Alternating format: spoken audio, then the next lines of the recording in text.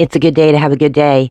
Hello, everybody. My name's Cece Ray. Thanks for joining me here at Break the Dish, where we break the news and dish out the tea. Hello, breakers. How are you today? I can tell you that I am so happy that it is above 35 degrees. I will take it even if it's just for one day. It has been so cold this winter. I hate cold weather. We are getting ready to recap The Real Housewives of Salt Lake City, Season 6, Episode 20. This is the finale. Can you believe it? I mean, time just went by just like that. You know what I mean? The ladies are still in Greece. They are on day 4. Seems like they've been there forever, but they are there, I guess, for 5 days. This is their last day in Greece. But before we get into it, you know what to do. Make sure you like, subscribe, hit that notification bell, because here we break the dish.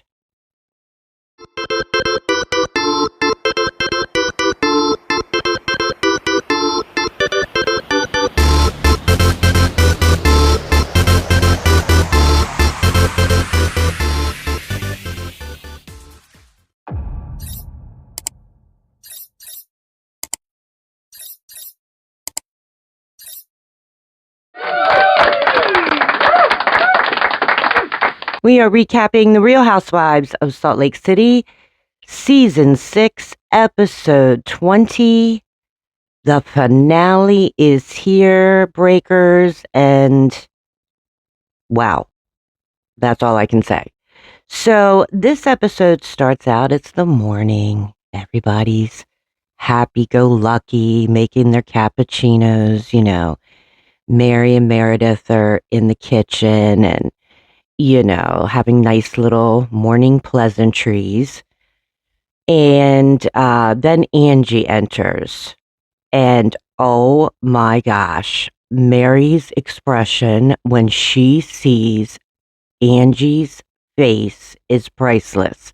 Because remember, last episode, Angie did a face plant right into the waiter's tray with all the morning dishes. Remember that?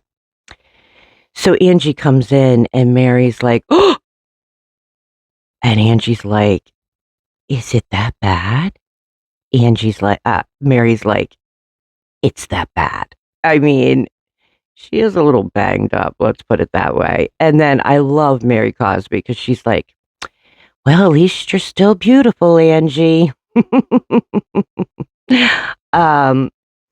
So everybody's, doing their own morning thing and, you get a flashback because what we find out is that Angie hired this playwright named Stella to write a play but about all the ladies in the cast. I think this is a great idea. I would love to do something like this. Seriously. This is just why I am so obsessed with The Real Housewives of Salt Lake City. Seriously. I've never seen any other franchise do this, and I'm here for it. So the playwright's name is Stella, and she sits down with each woman individually. And first she asks, to describe themselves. Okay. This was kind of funny. Telling, but funny. So, like, Heather Gay was like, I'm well-spoken. You can write that down, And Lisa Barlow was like, I have so many words. Smart, And then she starts going on about, well, I'm a Sagittarius. And she looks at Stella and she's like, you're a Sagittarius too, aren't you? Stella's like, no. Oh, you're a Virgo. No. Libra. No. Aries. No. What are you? Pisces. I knew you were going to say that. Hello, Lisa Barlow. Um, they what were some of the other ones? Meredith described herself as pensive, kind of interesting. Bronwyn described herself as quirky, unique, true. Mary described herself as self-aware, right on, right? But then there's Brittany. Now, what do you think? What word do you think she described herself as? Are you ready for this? Deep. Yep, she described herself as deep.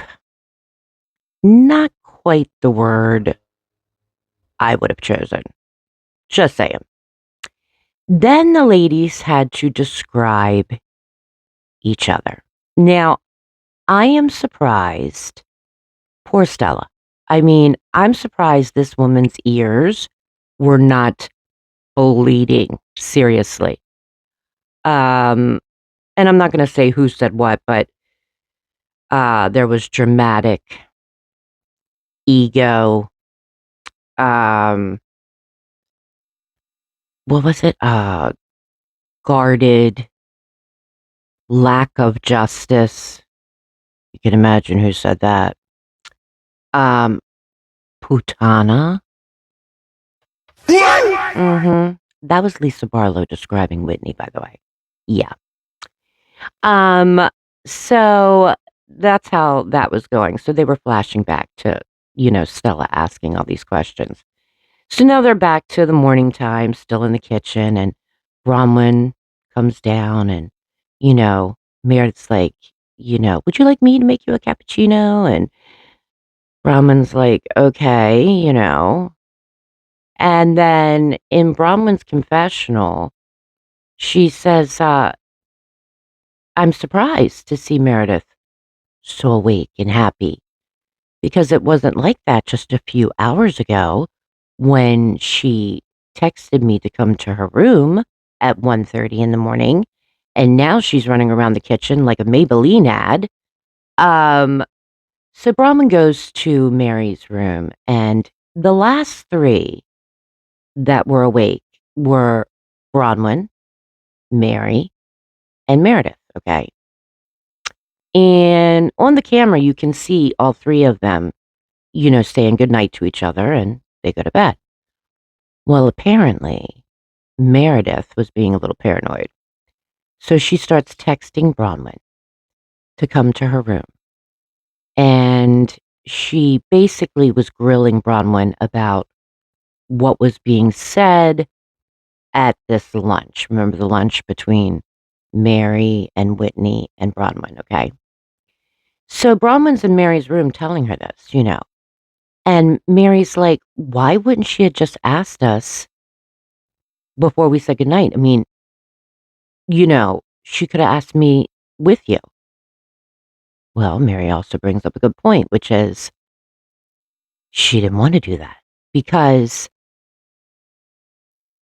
history states that every time Bronwyn is with Meredith and Bronwyn tells Meredith information, Meredith goes running off and twists it just a little bit. And then Bronwyn winds up getting in trouble with the other ladies because she's trying to act like a loyal friend, basically, to Meredith. And it didn't work this time. She kind of danced around the whole subject and didn't quite answer it, you know? And then Heather and Whitney are outside having their coffee, and they flash back to the Sprinter ride home the night before, where Lisa Barlow's like, I want to get deep with you ladies.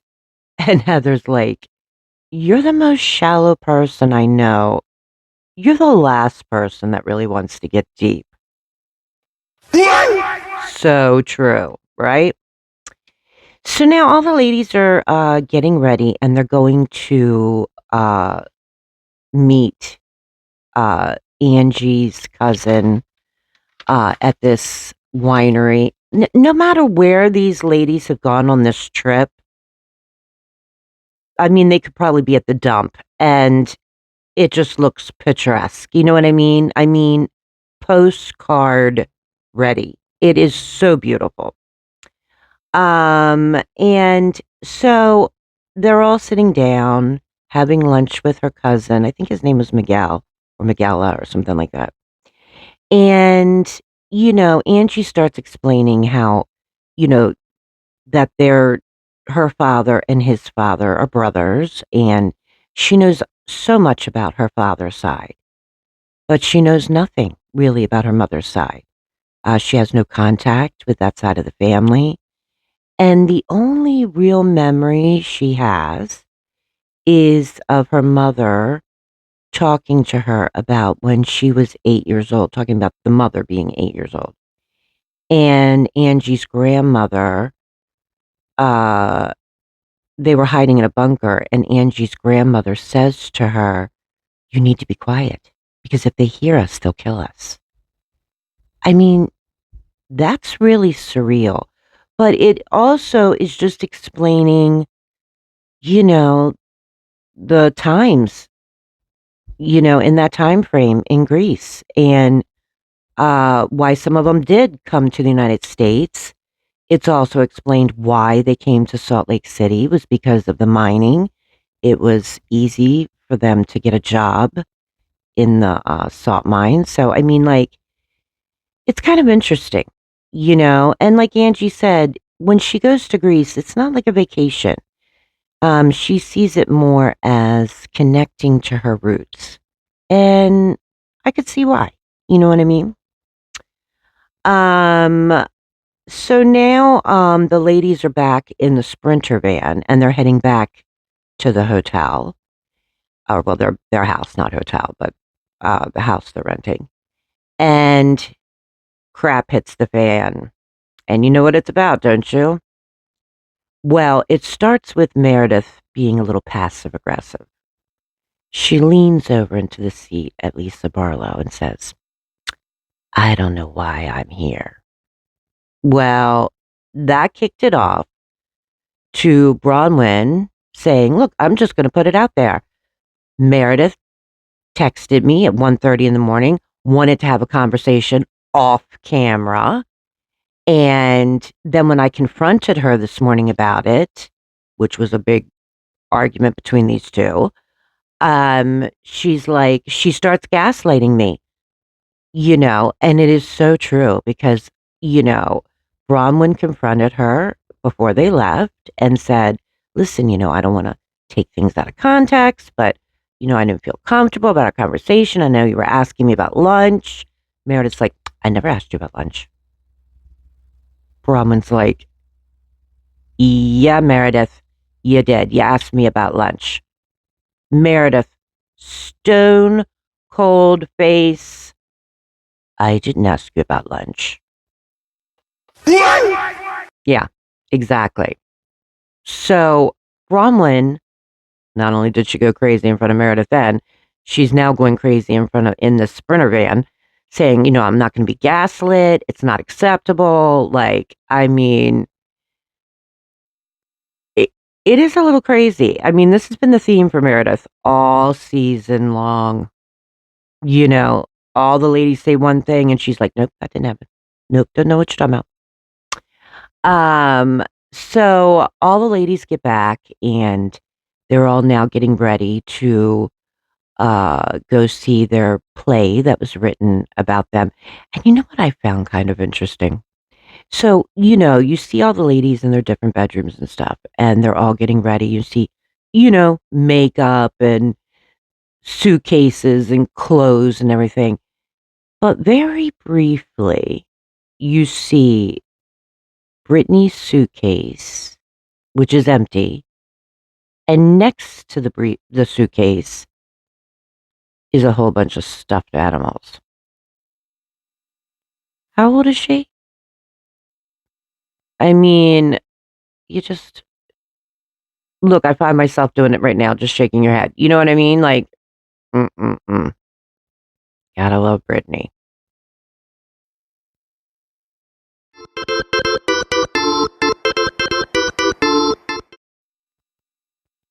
I want to tell you about this website called Morning Save.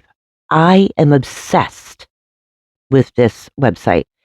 Their motto is big savings, top brands, new daily. Seriously, that's their motto. Big savings, top brands, new daily. That is exactly what it is. I've been a member with them for about 2 years now. I love them. Matter of fact, this is how I do on my Christmas shopping. I'm not kidding. You can get stuff 70% off, 80% off, sometimes 90% off. I'm not joking. From jewelry to luxury handbags to vacuum cleaners. I mean, you name it, this site has it. And we are talking cheap. I'm not joking. And so now I'm going to share it with all of you, my breakers. So make sure that you look down in the description, and I have the link of how to get to Morning Save. Make sure you do this. I'm not joking. You will save so much money. It doesn't hurt to look, right? So go to the link, click on it, and I guarantee you when you see this, you're going to be like, Cece, why didn't you tell us sooner? I mean, it is a hidden secret, and now I'm sharing it with all of you, my breakers. Morning Save. Check it out in the link down below.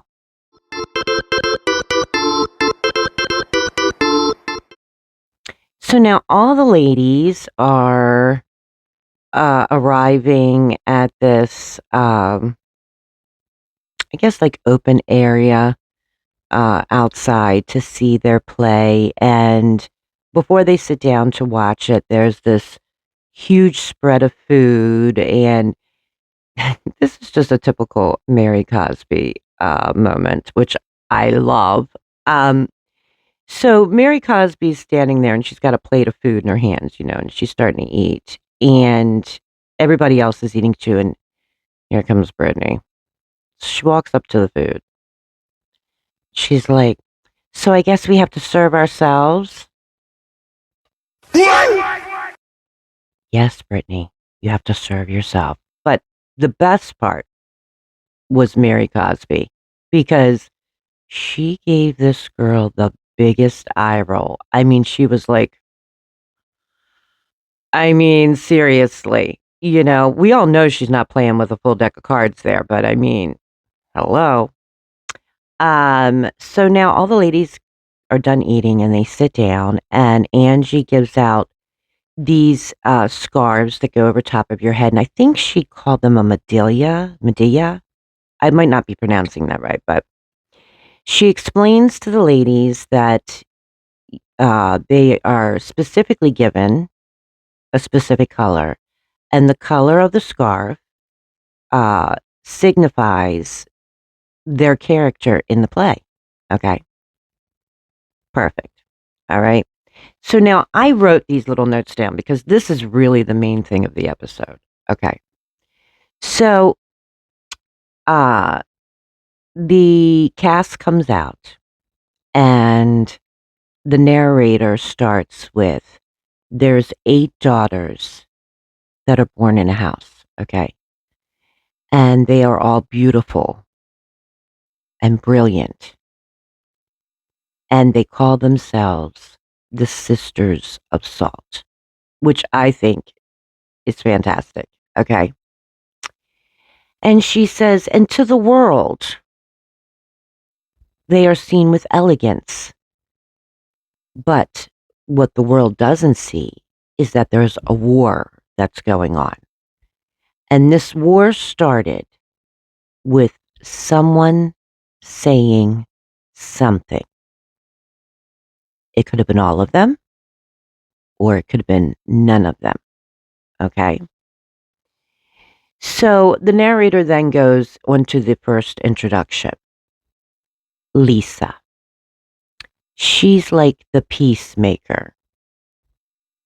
Yeah, that was Heather's response to. I mean, Heather was like, you gotta be kidding me, Lisa. The narrator says that Lisa wants all her sisters to sit at a table with their masks off and only reveal the truth about each other. So then she goes on to say Heather is deflective. Okay.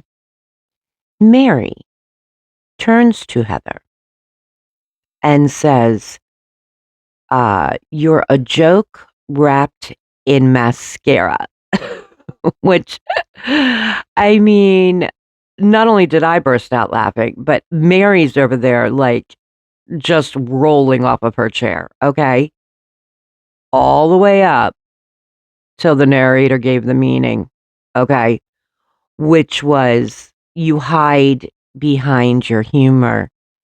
And then Mary Cosby was like, oh my God. Because now she's remembering what she said to Stella, the playwright. Okay. The narrator goes on and says, Heather, you say to Bronwyn, you are not two-faced. You have no face. Kind of interesting, right? You treat loyalty like a party favor, cheap and easily tossed. Bronwyn, you say to Lisa that you uh, wear your wealth like a shield. So true, right? And that she treats all her sisters as if they are beneath her, and that she is not able to give an apology. Lisa says to Angie that there are daggers that lie beneath your tongue, and you basically leave destruction after you're done. Angie says to Brittany that she creates childish noise, that she clings to a man and doesn't even pay attention to the fact that her children have drifted to the background. So true.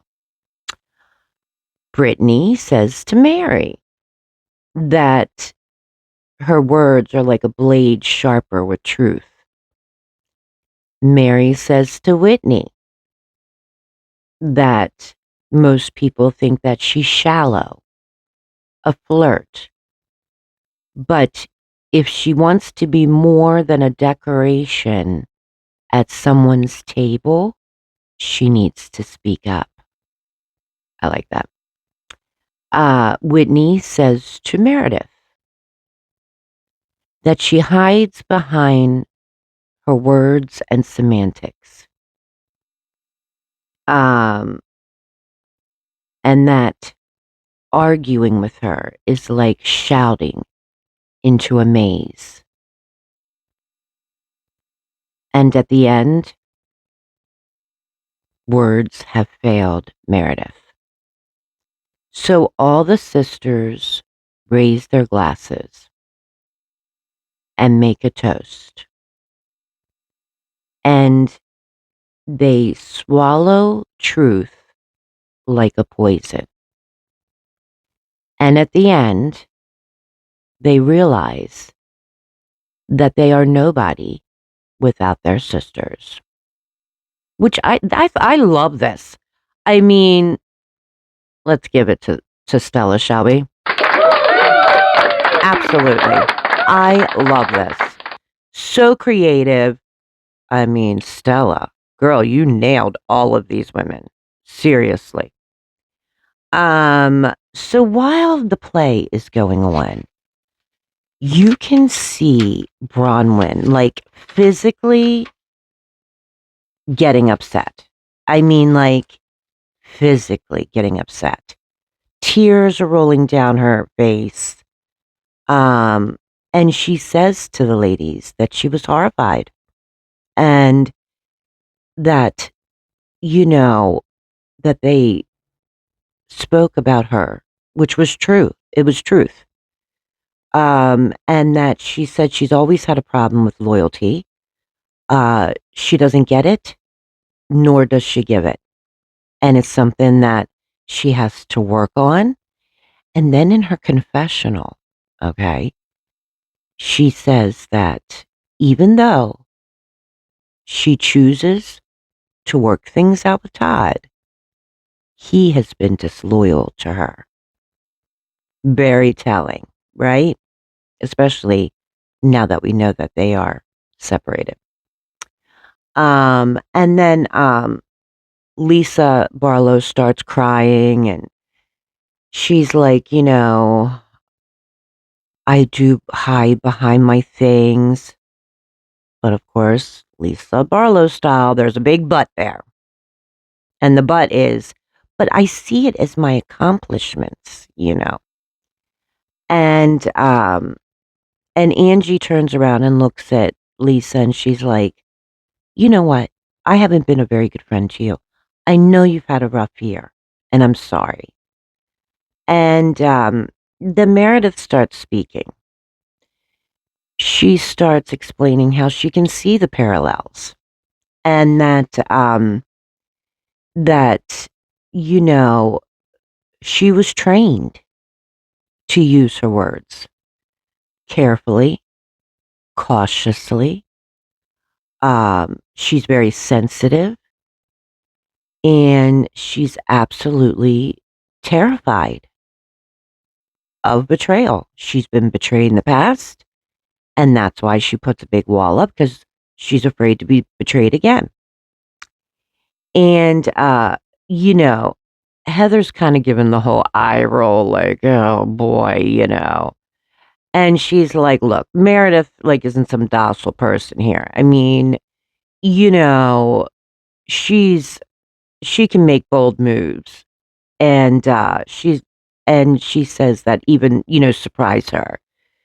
But then Heather goes on about, like, today, for instance, I mean, you hijacked the entire day for what was going on between you and Bronwyn. And Meredith's like, yeah, but that was between her and I. It had nothing to do with anybody else. But then, Heather starts explaining, yeah, because guess what? She didn't fall for your trick this time.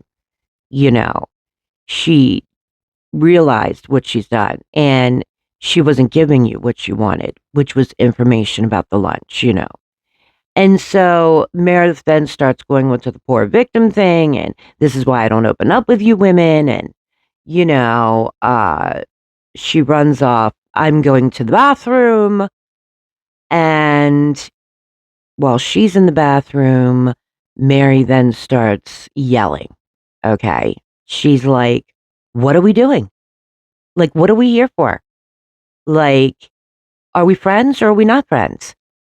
She's like, Meredith is spiraling and nobody wants to confront her about it. And Heather's like, I don't want to hurt her. And Meredith's like, and, Mary's like, be honest with her. Tell her that. Tell her you don't want to hurt her. But she's spiraling, like something's not right with her. Well, then Meredith comes out of this bathroom like on a mission. And she says, I would just like to know one thing. What is the goal here? Well, let me tell you something. All these ladies are looking at Meredith like she's got two heads. They're like, what? What do you mean by that? And then Mary finally comes out with it and says, we're concerned about you, Meredith. You've been spiraling. Your behavior is up and down. And I'm concerned. We're all concerned. So if you want to know what was going on or what was being said at that lunch, that is what we discussed, is our concern for you. And Meredith's basically like, well, you don't have to be concerned about me anymore. Let me relieve you. I'm okay. I'm fine. And Mary's like, no, Meredith, you're not fine. You're not okay. You're not okay. But it was almost the way Mary started responding to Meredith, where, Meredith was like, Mary says to her, you're committed to being angry and you're committed to being sad. And Meredith's like, I'm not angry, but yeah, you are right. I am sad. And she's like, I'm sensitive and I wear my heart on my sleeves and I feel like that the world on my shoulders. And just the way Mary responds to her, she's like, I know you do. Almost like Mary is privy to information that nobody else has. You know what I mean? But Mary is still sticking to her guns, like, something's not right with you, girl, you know.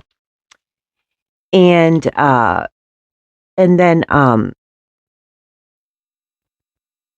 she is still like, I'm okay, I'm okay. I don't know what they were expecting her to say, like, oh, you're so right. I mean, I'm losing it. That's not Meredith's style, that's for sure. But then Bronwyn, I mean, drops a huge bomb. She says, Meredith, Todd and I were having dinner in New York City, and we saw Seth with a woman. Mm-hmm. Now, Brahman right away says, I don't know who this woman is. I don't know if it's a coworker. I have no idea. But I think what Brahman was trying to say is that when your marriage is being questioned, you automatically want to go on the defense and you want to automatically put the wall up. But if she was just more open about things, then, nothing would be discussed, I think is what basically Brahman was saying, trying to get out.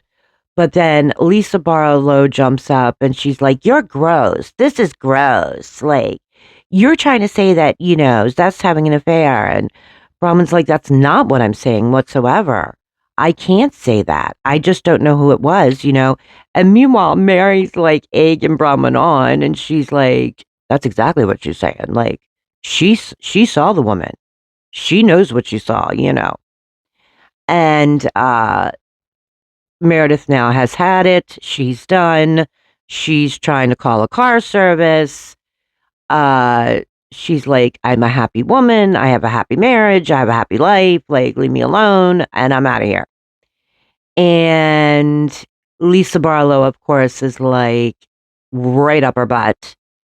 We're leaving. We're out of here. You guys are gross. But. Like, these two have been like this all season. And Heather's like, either come back to the group and let's discuss this, or then just go. Just leave, And I find it kind of interesting that the episode literally ends with Meredith and Lisa walking away and Heather Gay saying, that's right.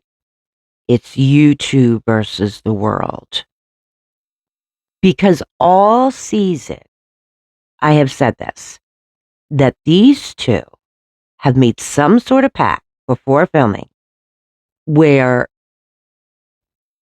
one will lie and the other one will swear to it. And I think they both are privy to what's going on in each other's lives, and they're going to have each other's back no matter what. So I find it interesting that that's the way the episode ended. Seriously, I do. Now, do I think that there's something to be concerned about with Meredith? No. Do I think she's an alcoholic? No. Do I think she's an addict? No. Do I think she's having mental issues? Probably not. I mean, I really don't know her. I'm just going by what I'm seeing. But this is what I think. Oh, and by the way, she was serious in her confessional because she was like, I don't count how many pills Whitney and Heather take, but if they keep pushing me, I'm going to start talking about the truth. Yikes. But this is what I have to say. This is my opinion. I know. She's like, There she goes again, Cece with her opinion. But this is really my opinion about Meredith. I think that there is a crack in the glass house. I don't think that a couple years ago, when Lisa Barlow did her famous rant there about how, Zeth couldn't hold a job, they couldn't buy a home, Meredith was sleeping with everybody in New York City. I mean, like, I think where there's smoke, sometimes there's fire. But I do think that there's a crack in the house. And she's not going to admit it if her life depended on it. Think about it. She is on the Real Housewives of Salt Lake City. I don't know what Seth does for a living. Well, whatever he does. You've got her DJing now. She also has her caviar business. They're getting ready to open a caviar lounge. She has her son who has his fashion line that she works extensively on. He's also part of the cast of Next Gen NYC. I mean, we're all finances for this family depend on the public's perception of them. And she is definitely not going to allow a crack to be seen in this glass house because they have too much to lose. That's how I think Meredith sees it. And that's my opinion. I could be wrong, but that's what I think. Now, I love, though, the way the episode ended, though. And you know what? I really get this. I really want to end on a happy note here, too. So let me ask you a question. Are you ready? The question is this. What was your favorite Mary Cosby moment? I mean, I have so many. And listen, I didn't like Mary Cosby in the beginning. I didn't even like her when she was sitting in the van eating McDonald's. Let's be real. But there are so many this year. I mean, I have become obsessed with Mary Cosby. I like when she was, they were fly fishing, and she's talking to the instructors, and she's like, "What's your name?" And I think the guy said, like, Dusty. And she's like, "Gusty?" He's like, "Dusty. Gusty? Dusty." Well, Gusty knows that, you can bring the fish back to life. He's like, "No, ma'am, you can't do that." She's like, "Oh, you can't?" And then, as serious as a heart attack in her confessional, she's like, "That's not true." Like, she is the know all be all about giving these fish mouth to mouth resuscitation to bring them back to life. I love Mary Cosby. So, what was your favorite Mary Cosby moment? I want to hear about it. So, make sure you leave that in the comments, please. And before you do, you know what I'm going to ask of you? Make sure you like, subscribe, hit that notification bell, because here we break the dish.